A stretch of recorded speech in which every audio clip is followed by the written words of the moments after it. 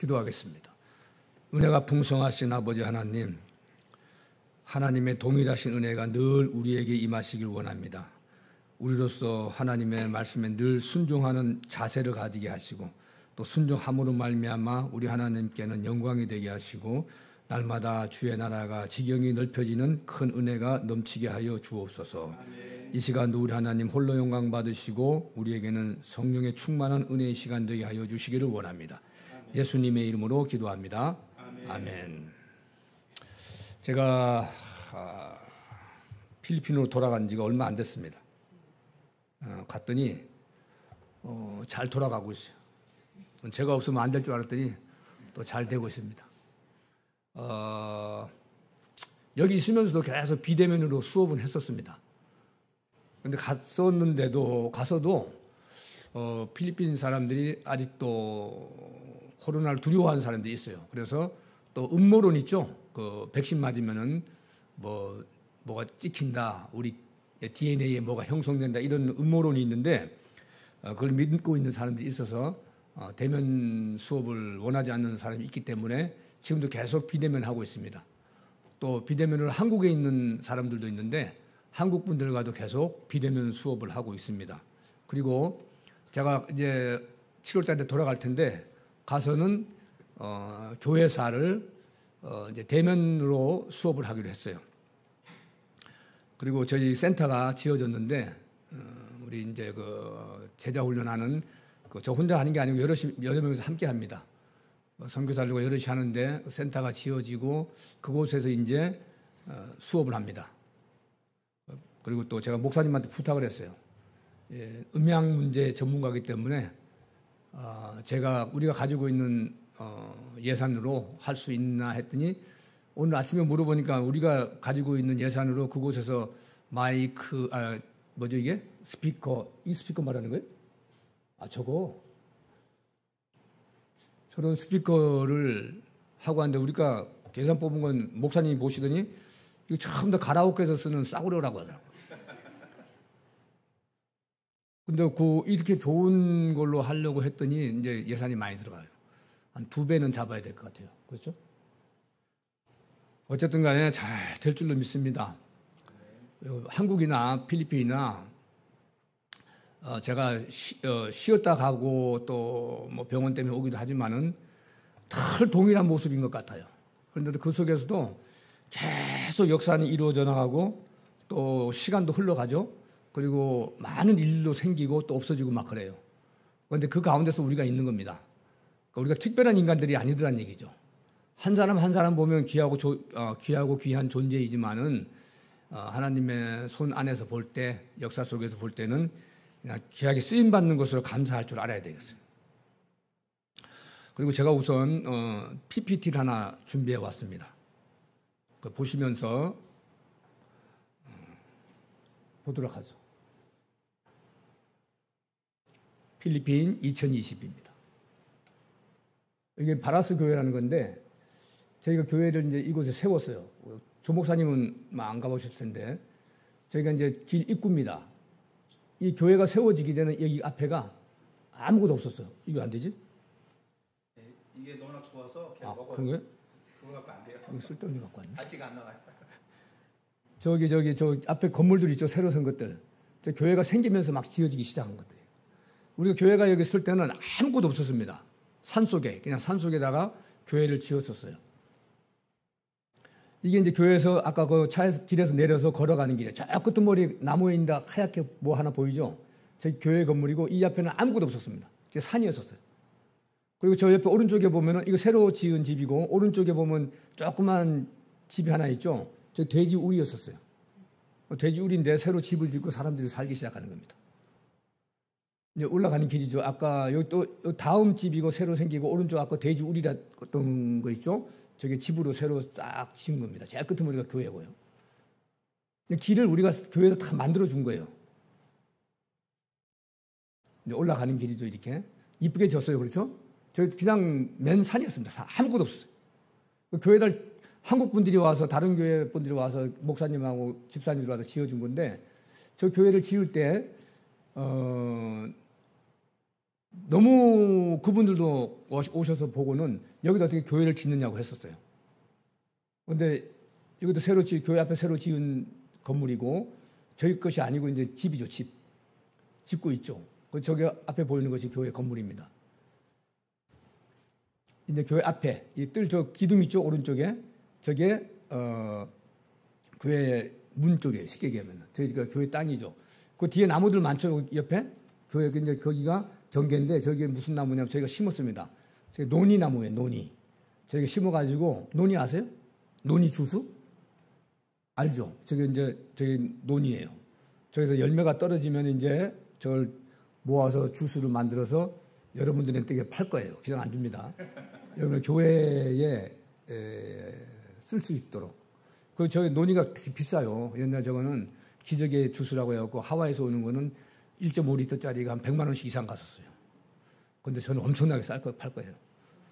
그리고 문제는 저걸 가져오는 게 문제예요. 너무 무거우니까 제가 들고 오기가 많이 못 가져와요. 여러분들 오셔서 가져가세요. 사가세요. 이거 교회, 이거 완전히 경사가 이렇게 져서 저 짐은 무너질 것 같다고 그랬어요. 한국 분들이 오시고는. 근데 필리핀 사람들 다 합니다. 못하는 게 없어요. 손으로 다 삽으로 떠서 축대 만들고 저렇게 다 한 거예요. 우리 일단 건물만 해줬는데. 그리고 이게 교회 뒤뜰이에요. 제가 이번에 갔더니 자기들이 또 돈을 모아서 교회를 뒤뜰을 샀어요. 조금. 비싼 땅은 아니기 때문에 샀다는 것 자체가 중요하죠.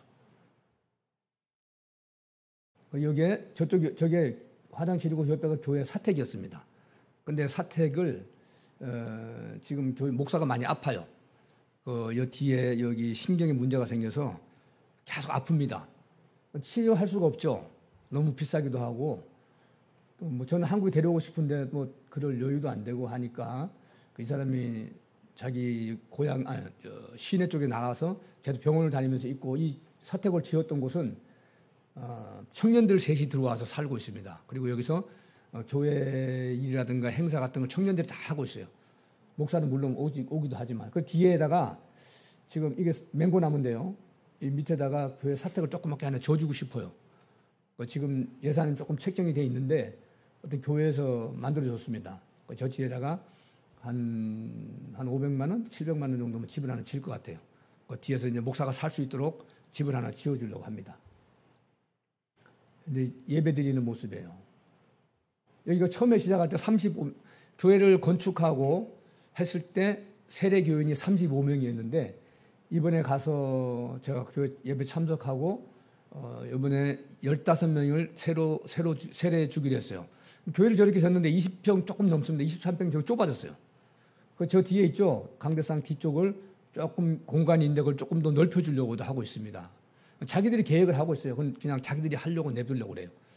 필리핀 사람들도 여유가 돼서 하는 게 아니고 자기들이 생각만 하면 또 할 수가 있습니다. 그래서 저 뒤를 넓혀서 한 10석 정도 더 들어갈 수 있게 만들 수 있을 것 같아요. 이렇게 계속 예배 드리는 모습이고요. 이거 소리가 왜 안 나나요? 이건 안 나나요, 소리? 소리 나와 있었어요.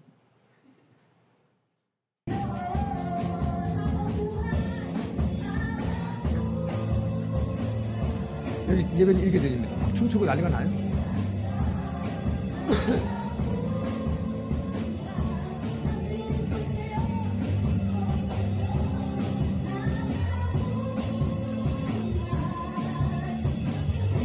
참 열악해요, 그렇죠?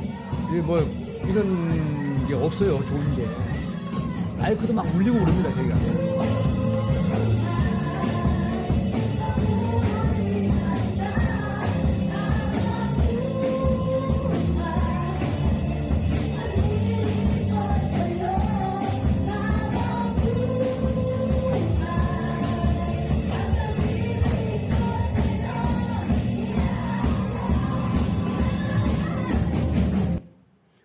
이 교회를 지을 때 우리 한국에 있는 목사님들하고 집사님 한 4분이 와서 졌어요. 전체를 지은 게 아니고 뭐죠 이게?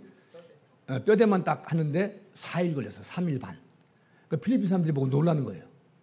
이렇게 빨리 할 수가 없죠. 필리핀 사람들 저거 하려면 한 달도 넘게 걸려요. 그러니까 한국 사람들이 하는 거 보고는 자신도 도전을 받아가지고 쉬지 않고 일을 한 거예요. 이 사람들도. 저 나무 옆에 붙이는 거, 지붕 올리는 거, 뼈대만 잡아주고 갔는데. 그리고 어느 날은 우리가 좀 늦게 가죠. 우리 집에서부터 저기 가려면 한참 걸립니다. 한 시간 이상 걸리는데 갔더니 미리 와서 일을 하고 있을 정도예요. 한국 사람들 도전을 받은 거죠. 그 저 일을 할 때 한국 집사님들이 이제 이 뭐죠? 땜질, 이 뭐라고 하죠? 웰딩, 용접을 배워왔는데 갖다만 대면 빵꾸가 나는 거예요. 그 옆에 필리핀 사람들이 3명을 썼어요. 저희가 이제 일반 잡부로 썼는데 갖다만 대면 구멍 나가고 갖다만 대면 구멍 나니까 일을 못 하겠는 거예요. 그러더니 전문가 하나 불러 오라고 했더니 그쪽 잡부로 일하고 있던 친구 하나가 용접을 할 줄 아는 거예요. 그럼 너는 왜 얘기를 안 했냐? 용접한다고 얘기했으면 너 미리 썼을 거 아니야. 일당도 더 주고 할 텐데 그랬더니 안 부르니까 얘기 안 했다고요. 말을 안 하니까. 이 사람들은 되게 수동적입니다. 되게. 그리고 바로 그날로 용접을 시키고 이제 일당이 더 높아지는 거죠. 일당이 하루가. 이제 여호와 니시교회 사실은 이 이름은 크라이스트 아울 배너니까는 그리스도 우리의 승리의 깃발이라는 뜻인데 저걸 원문으로 해석을 하게 되면요 여호와 니시예요. 그래서 헬라어로 하게 되면 원어로 하게 되면은 니시라는 교회, 여호와 니시라는 교회에서 제가 한국말로 그냥 여호와 니시 교회를 했습니다. 이것도 마찬가지. 이게 저번에 제가 골목에서 교회 하나 있었다고 했죠. 어떤 꼬마 애가 아파가지고 우리 미션 메디컬 팀이 갔을 때 이 학문을 만들어주고 인공 학문을 만들어주고 해서 그곳에 교회가 생겼어요. 골목에 생겼는데 그 가족으로 시작했던 교회예요. 그런데 지금은 한 50명, 70명 정도 됩니다.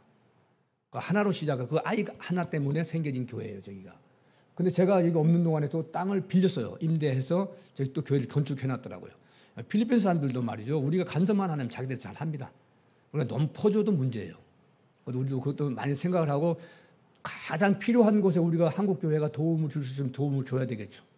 그러나 무조건 주면은 그 사람들이 타성을 길러주기 때문에 의지만 하려고 그래요. 그런 것을 우리가 조금 생각해 볼 문제입니다. 자기들이 땅 렌트한 거예요. 엄청 비쌉니다. 살려면은. 저 빌리지 옆에 있어가지고. 다음. 입구죠. 다음.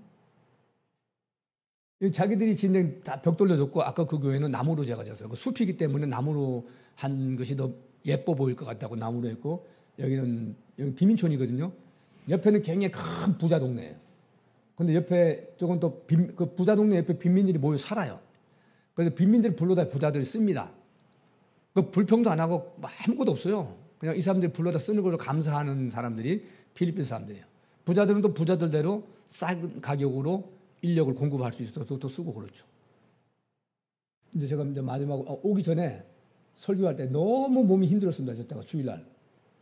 너무 힘들었는데 약속을 해놨고 설교를 약속을 했기 때문에 안 갈 수도 없고 해서 했죠. 저만 마스크 쓰고 그래서 다른 사람들 잘 마스크 안 써도 되면 필리핀은 거의 지금 코로나 프리예요. 프리 코로나입니다. 거의 엔드에 끝났어요. 저만 요번에 와서 걸렸죠. 한국서 걸렸어요. 한국서. 필리핀에서는 멀쩡했다. 아프긴 했지만은 네거티브가 뭐죠? 음성 나와서 왔어요. 음성이 없으면 비행기를 못 하죠. 음성으로 나와서 왔는데 한국에 와서 딱 검사했더니 이제 양성이 나온 거죠. 죽다 살아났어요. 이 코로나가 이렇게 남들은 편하게 지나가는 사람도 있다는데 저는 너무 힘들게 지나갔어요. 비행기 타고 오면서 너무 추웠어요. 엄청 춥더라고. 그건 더 악화가 된 것 같아요. 그리고 이제 완전히 이제 끝났으니까 걱정 안 하셔도 돼요. 제가 간단하게 이렇게 했고 또 계속 비대면으로 수업은 하고 있습니다. 가서 또 이제 대면 수업을 해야 되겠죠. 제가 이렇게 오늘 본문을 갖다가 나귀가 되자라고 해봤어요. 나귀가 되는 나귀는 짐승이잖아요. 우리 나귀가 되자고 한번 해봤습니다. 오늘 본문 얘기는 감람산에서의 이야기죠. 감람산. 저는 성지순례를 가봤습니다. 가봐서 감람산도 갔어요. 그리고 감람산 가까운 곳에 이제 벳바게라는 곳도. 감람산에서 이렇게 보면은 예루살렘하고 이렇게 마주보고 있어요. 감람산에서 이렇게 예루살렘 성전을 보면 딱 눈에 보이는 게 황금문이 보입니다. 황금문. 그것이 바로 황금문이 뭐냐면 성전 입구가 황금문이죠. 이 이름을 뭐라고 또 부르냐면 황금문이라고도 하고 미문이라고 하답니다. 미문. 성전 미문 아시죠? 성경에 보면은 미문 나오지 않습니까? 그 아름다운 문이죠. Beautiful gate 해갖고. 그 성전 미문. 성전에는 여러 개의 문이 있는데 그 중에 가장 아름다운 문이라고 해서 성전 미문이라고 해요. 그리고 또 이 문을 유대인들은 자비의 문이라고도 부릅니다. 왜냐하면 유대인들이 그 성전 미문에 보면 나면서 안전뱅이라는 자가 앉아 있었죠. 그런 사람들이 많아요. 그러니까 거기다 뭐냐면은 유대인들은 외식적으로 의식적인 자비를 베풀 수 있는 곳입니다. 지나가면서 그들에게 구걸할 수 있는 돈을 자비를 베풀어 준다고 해서 그것을 자비의 문이라고도 불러요. 그곳은 매일 성전 미문에 그러니까 그 자비의 문 또는 그 황금 게이트에 와서 계속 구걸을 해요. 거지들이 많은 거예요. 그 아이러니죠, 그죠? 아름다운 문이고 황금 문인 곳에 없고 가난하고 병든 자들이 거기서 구걸을 하고 있는 곳이에요. 그곳이 바로 성전 미문인데 이것이 바로 동쪽에 있어서 또 동문이라고 그래요. 에덴 동산에서 아담과 하와가 쫓겨나죠. 그때 어디로 쫓겨납니까? 동쪽으로 쫓겨나죠. 또 성막의 문이 어느 쪽에 있었죠? 동쪽에 있었습니다.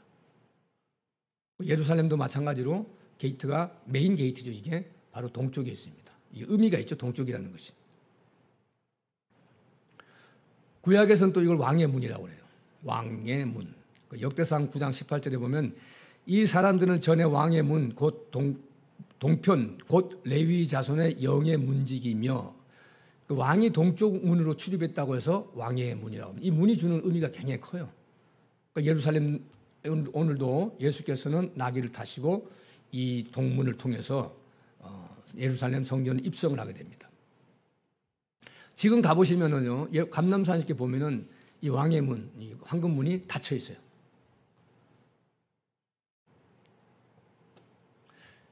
유대인들은 이 황금문을 통해서 성전산으로 메시아가 들어간다고 믿고 있어요. 유대인들은.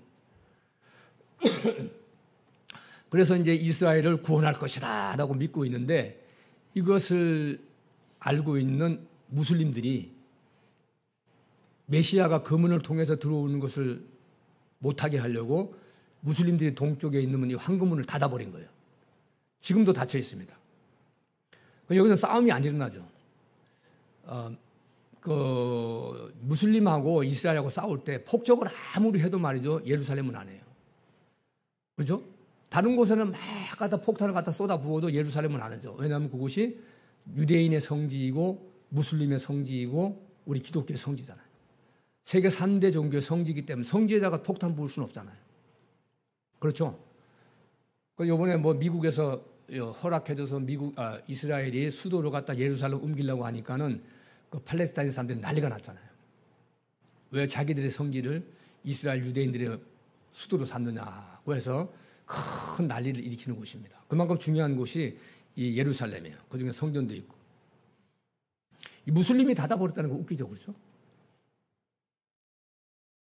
그런데 동쪽 문, 이 동문 왕의 문이 닫히는 것은 오늘 본문에 나와 있는 것처럼 구약의 예언의 성취죠. 에스겔서 44장 2절에 그거 오늘 본문에 나와 있는 건데요. 여호와께서 내게 이르시되 이 문은 닫고 다시 열지 못할지니 아무도 그리로 들어가지도 못할 것은 이스라엘 하나님 나 여호와가 그리로 들어왔음이라. 그러므로 닫아둘지니라. 예언이 성취된 거예요. 우리가 인간적인 생각으로 바라본다면 무슬림이 닫았는데 무슨 인본적인 생각을 가질 수 있지만 하나님께서는 무슬림을 통하여서 구약시대 때 자신의 예언이 무슬림을 통해서도 이루어진다는 것을 보여주는 겁니다. 우리는 우리 생각에서는 우리 생각으로 모든 것이 이루어간다고 생각할 수 있지만은 실상은 원수를 통해서도 하나님께서는 예언의 성취를 이뤄가고 있는 것을 볼 수 있어요. 아까도 말씀드렸지만 이것은 세 종교, 세계 3대 종교의 가장 중요한 곳이에요. 기독교, 유대교, 무슬림의 아주 중요한 곳이 바로 이 예루살렘이고 그렇습니다. 아까도 말씀드렸죠. 유대인들은 메시아가 황금문을 통해서 옴으로써 이 이스라엘을 구원할 것이라고 믿고 있는데 이리로 올 것, 메시아가 이리로 올 것을 믿고 있는 유대인들은 감람산에다가 무덤을 많이 씁니다. 무덤. 유대인의 무덤이 감람산 쪽에 많이 있어요. 다시 또 말씀드리면 여러분 한번 가보시면 좋아요. 눈을 보면 다 보입니다. 거기. 메시아가 오실 때 자신들이 부활할 것을 동문으로 오기 때문에 제일 먼저 부활할 것이라고 믿고 감람산 쪽에다 자신들의 무덤을 쓰고 있습니다. 그런데 무슬림들은 말이죠. 이스라엘의 정복자나 메시아가 이스라엘의 메시아가 동문을 통해 들어가는데 황금문 가까이에 있는 무덤부터 죽었던 영들이 일어날 것이라고 믿어요. 그래서 거기를 기드론 골짜기라고 하는데 감람산과 황금문 사이가 기드론 골짜기, 거기 무덤이 또 많이 있어요. 그건 또 다 무슨 무덤이냐면 말이죠. 무슬림들의 무덤이에요. 자신들이 먼저 일어난다 생각하고.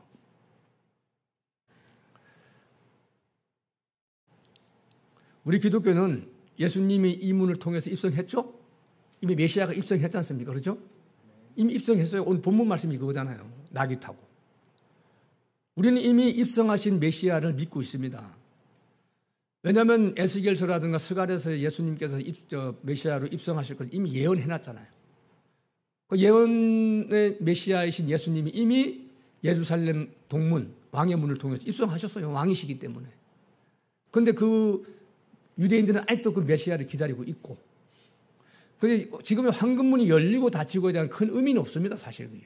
이미 예수님이, 왕이신 예수님이 통과를 하셨기 때문에. 그 스가랴 9장 9절, 본문의 말씀이죠. 시온에 따라 크게 기뻐할지어다. 예루살렘의 딸이 즐거이 부를지어다. 보라, 내 왕이 내게 임하시나니 그는 공의로우시며 구원을 베푸시며 겸손하여서 나귀를 타시나니 나귀의 작은 것 곧 나귀 새끼니라. 나귀도 아니고 나귀 새끼. 왕이신 예수께서 겸손하셔서 나귀 새끼를 타신다, 이런 얘기예요. 왕은 그 당시에 왕은 어떤 말을 타야 될까요? 큰 흰 백마를 타야 되겠죠. 그런데 이분은 우리 왕이 메시아이신 우리 예수 그리스도는 백말도 아니고 어미 나귀도 아니고 새끼 나귀를 타고 겸손하신 모습으로 왕의 문으로 입성하신 거예요. 여러분, 나귀도 같이 입성하죠. 그죠? 예수님만 입성한 게 아니잖아요. 나귀도 같이 했잖아요. 여러분, 나귀 발람의 이야기를 아시죠? 발람과 발락. 거기서 그 이야기 잘 아시잖아요. 그것도 나귀를 사용하신 하나님이었어요. 나귀를 통해서 발람에게 꾸짖고 꾸중하시잖아요. 그 나귀가 주는 교훈들이 있습니다. 그 중에 오늘 본문에도 나귀를 통해서 우리가 배울 것이 많죠. 누가 나귀를 탔느냐, 발람이 탔느냐 아니면 예수님이 탔느냐의 차이예요. 발람은요, 나귀를 탔을 때 나귀를 채찍으로 때리고 막 그랬어요. 자기 말 안 듣는다고.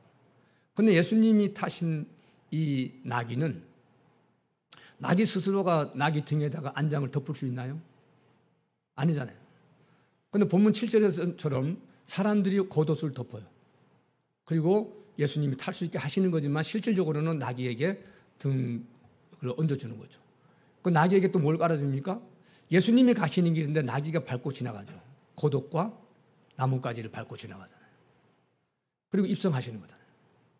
만약에 우리 등에 나귀가 없는 발람이 있었다면 우리는 그저 발람에게 어떻게 되겠어요? 꾸중받고 채찍맞고 그랬을 거 아니에요. 그러나 우리가 예수를 등에 없는 순간 우리의 길은 예루살렘 입성하실 때처럼 그냥 아무것도 하는 것이 없음에도 불구하고 그저 예수님을 등에 업고 있기만 해도 우리 길 앞에 옷이 깔릴 것이고 나뭇가지가 깔릴 거예요. 그리고 우리가 나귀가 돼야 되느냐 발람같이 나귀를 타야 되느냐는 자세를 우리가 가져야 되겠죠. 어떤 자세를 우리가 취할 것이냐 생각해 볼 문제입니다.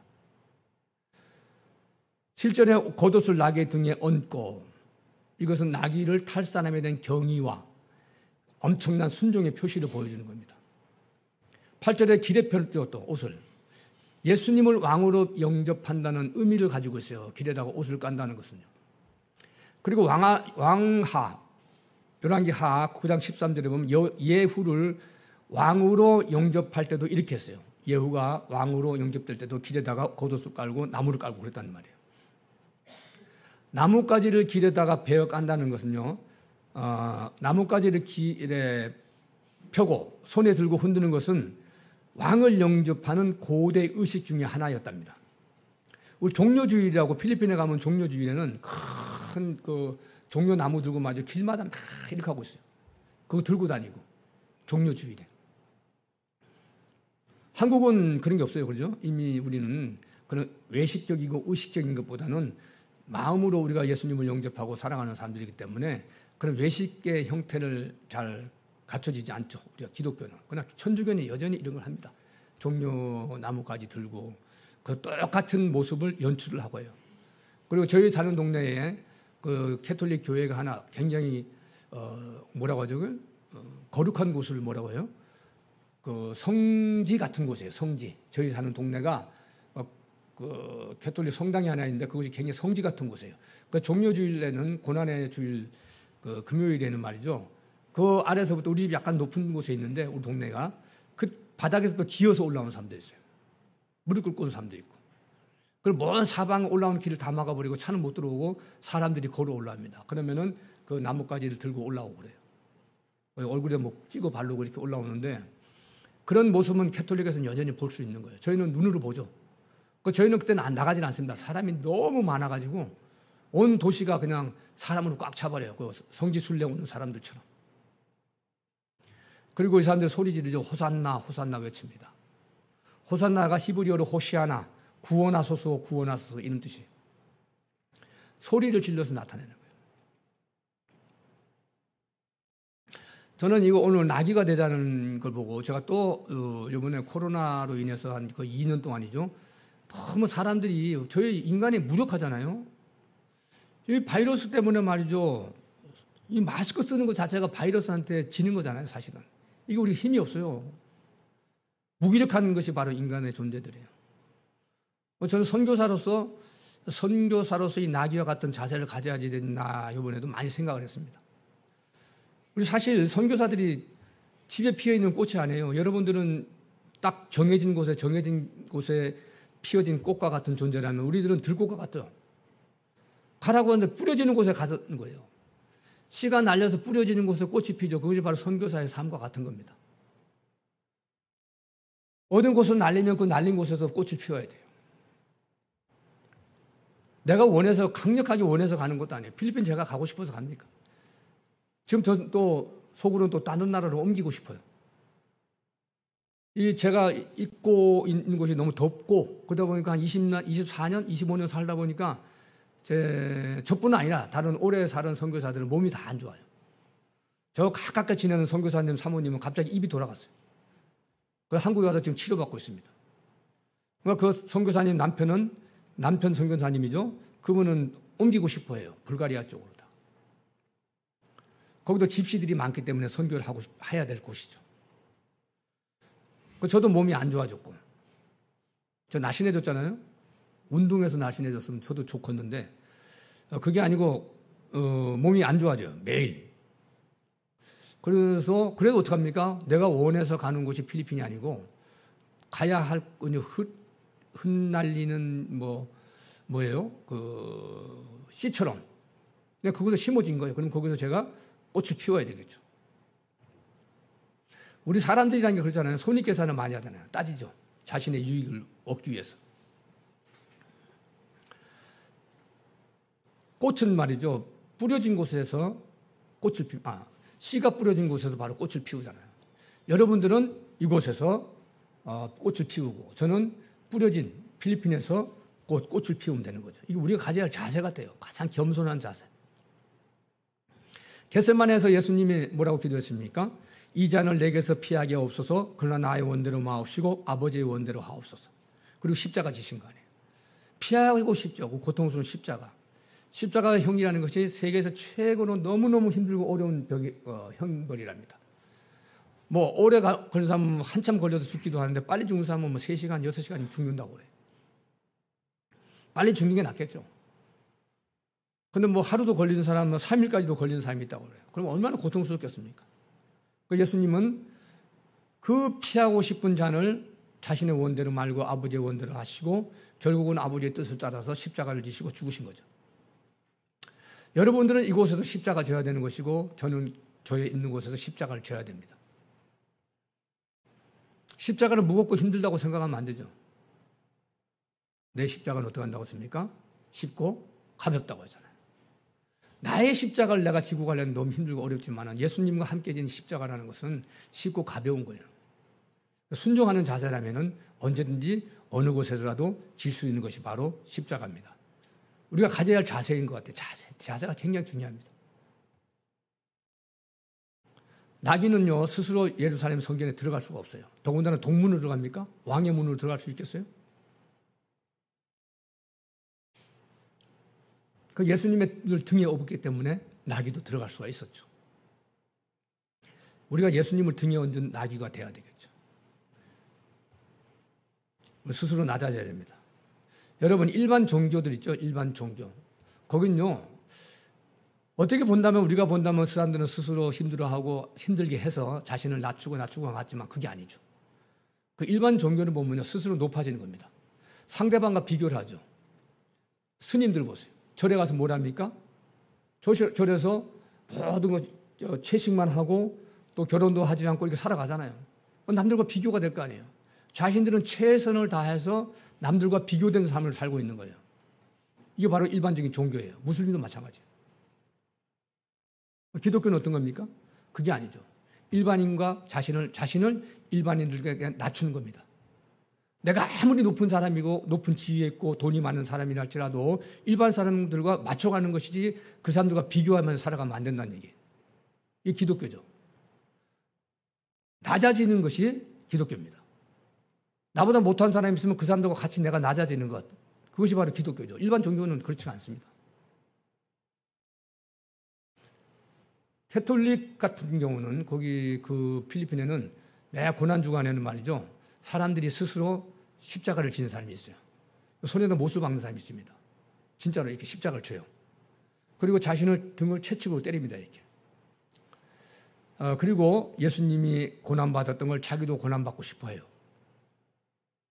그게 무슨 의미가 있겠냐는 얘기예요. 자신이 예수님과 같아지려고 하는 거잖아요.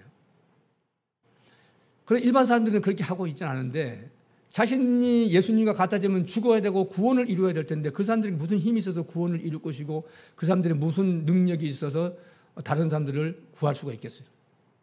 스스로 만족해서 자기를 때리는 거죠. 그게 뭐예요? 다른 사람과 비교가 되잖아요. 안 하는 사람들과. 자신을 채찍을 때리지 못하는 사람과 비교가 되고 다른 사람들은 손에 못을 박지 않는데 자신은 못을 박음으로 인해서 자신이 스스로 비교가 된단 말이에요. 그런데 기독교는 낮추는 겁니다. 낮추는 거. 비교하는 것이 아니고. 전혀 반대예요. 나를 낮춰서 낮은 자들과 동참하는 것이고 동등하게 되는 것이 기독교죠. 예수님이 그렇게 했잖아요.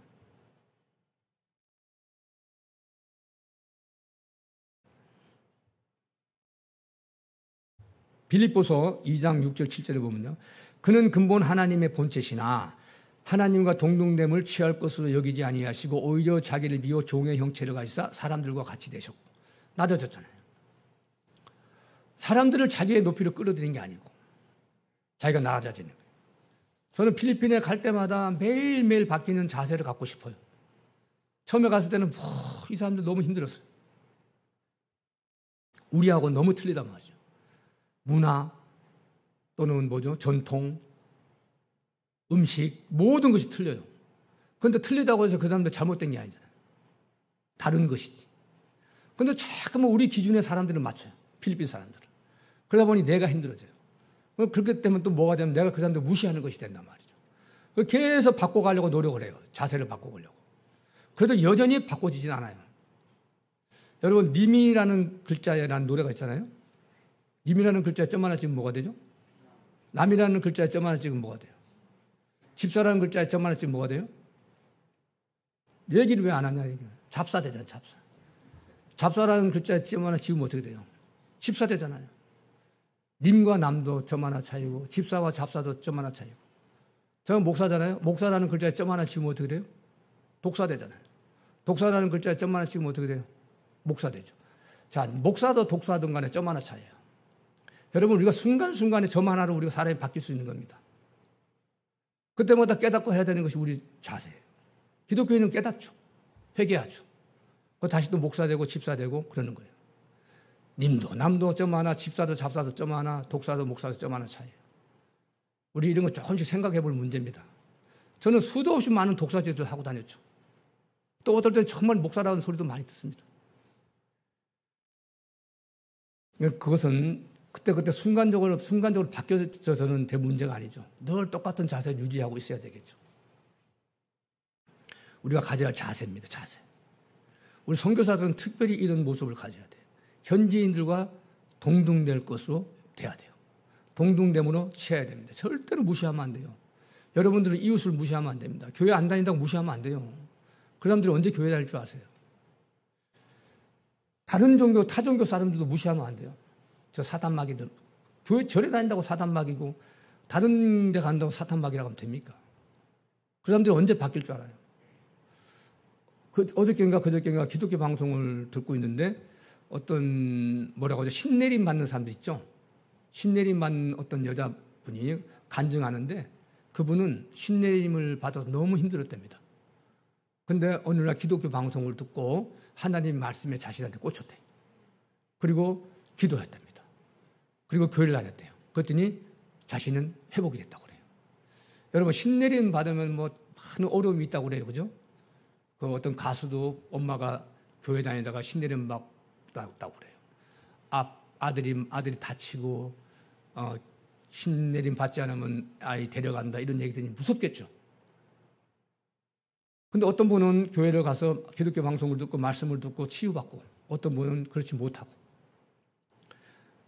궁극적으로는 예수님을 영접함으로 해서 어렵게 힘든 일이 있겠지만 그런 분들도 나는 이겨낼 것이라고 믿습니다.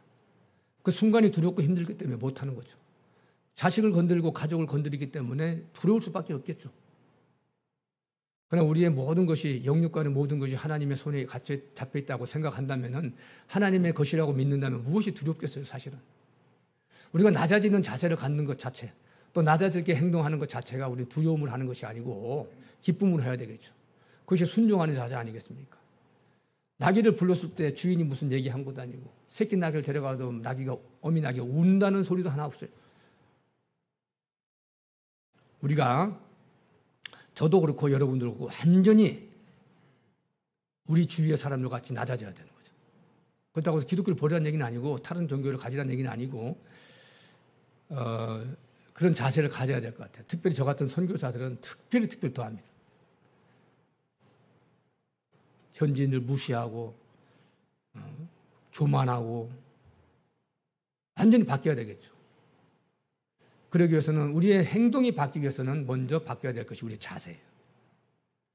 우리가 나귀 같은 모습으로 살아가고 또 나귀같이 일을 할 때 주님을 등에 업고 주님과 동행하는 그러한 삶을 살게 되면은 성전문, 동문, 황금문, 왕의 문으로 함께 입성할 줄로 믿습니다.